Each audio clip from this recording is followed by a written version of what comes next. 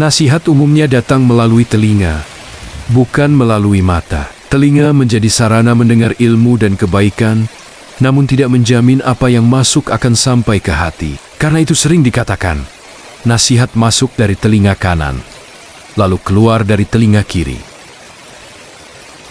Ketika Allah membuatmu terjatuh hingga ke tepi jurang, hanya dua hal kemungkinan yang terjadi. Dia akan menangkapmu, mendekapmu dengan kasih sayang Nia, atau dia akan membuatmu belajar terbang hingga akhirnya kau mampu menjalani hidupmu dengan ketangguhan yang tercipta darinya.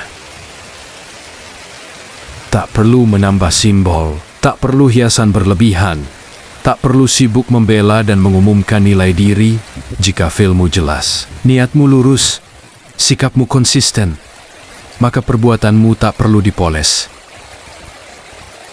Kehidupan tidak diukur dari lamanya waktu, tetapi dari nilainya. Yang menjadi ukuran bukanlah panjangnya usia, melainkan besarnya amal dan kebaikan yang dilakukan. Ya Allah, anugerahkanlah kepada kami umur yang panjang, disertai dengan amal yang baik, serta akhir kehidupan yang husnul khotimah. Dahulukan Dia di atas segalanya. Ketika Allah jadi prioritas utama dalam hidup, segalanya akan terasa lebih ringan dan terarah. Mulailah hari dengan menyebut namanya, jalani langkah dengan niat karenanya. Karena siapa yang mendahulukan Allah, maka Allah akan cukupkan segala kebutuhannya. Percayalah, Allah akan menyelamatkanmu. Meski duka menekan dari segala sisi, Dia akan menyalakan cahaya di setiap gelap. Dan dengan kelembutannya, Dia ringankan kerasnya hari-hari yang terasa terlalu berat untuk ditanggung. Belajar ilmu hakikat itu, ilmu yang membahas tentang hati. Karena di setiap kajiannya pasti yang dibenahi adalah jiwa. Kalau jiwa kita belum bisa sadar, itu susah buat kita terima. Tapi kalau kita bawa gelas kosong dan mau mengisinya, insya Allah, Allah akan memberikan kemudahan dan kebaikan untuk kita bisa memahaminya. Jangan khawatir dengan dunia, karena itu milik Allah. Jangan khawatir dengan rezeki, karena itu semua dari Allah. Jangan khawatirkan masa depan, karena itu di tangan Allah. Tetapi, fokuslah untuk satu hal, yaitu mencari ridhonya Allah Subhanahu wa Ta'ala. Diam, tenang, sabar. Insya Allah semuanya Allah mudahkan. Menahan diri untuk tidak menghubungi seseorang yang sebenarnya sangat ingin kamu hubungi. Itu adalah bentuk tertinggi dari sabar dan keikhlasan.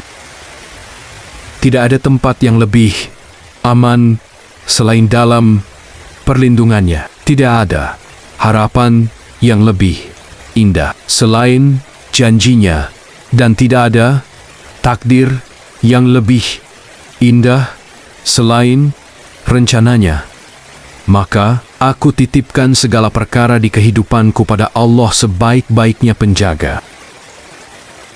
Boleh jadi keterlambatanmu dari suatu perjalanan adalah keselamatanmu. Boleh jadi tertundanya pernikahanmu adalah suatu keberkahan. Boleh jadi dipecatnya engkau dari pekerjaan adalah suatu maslahat. Boleh jadi sampai sekarang engkau belum dikaruniai anak, itu adalah kebaikan dalam hidupmu. Profesor Dr. Muhammad Quraisy Shihab Ma.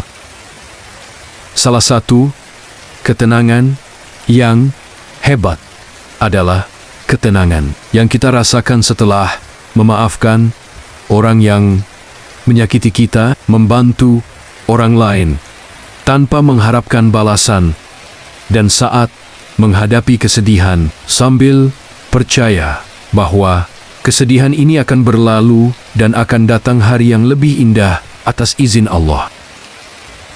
Serumit apapun jalan hidup, selagi kita tahu arah kiblat untuk bersujud, yakinlah Allah pasti memberi petunjuk.